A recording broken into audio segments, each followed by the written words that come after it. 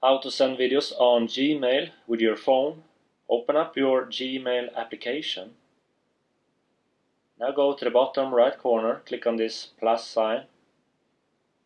So choose the email address you want to send your video to. Just choose the subject and the message. After that, go up to this clip icon. Click on attach file.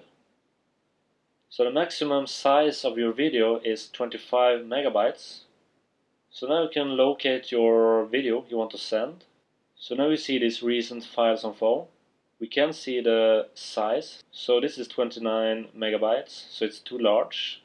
And this is 9, so that's right. You can also go to the top left corner, click on these 3 lines to locate your video from images, videos, audio, downloads, and so on. Alright? So I'm gonna click on this video. So now we have the video in your message. Now go up to this send icon, click on that. And this will send the video from your Gmail account. Okay, so comment below if this worked for you, yes or no.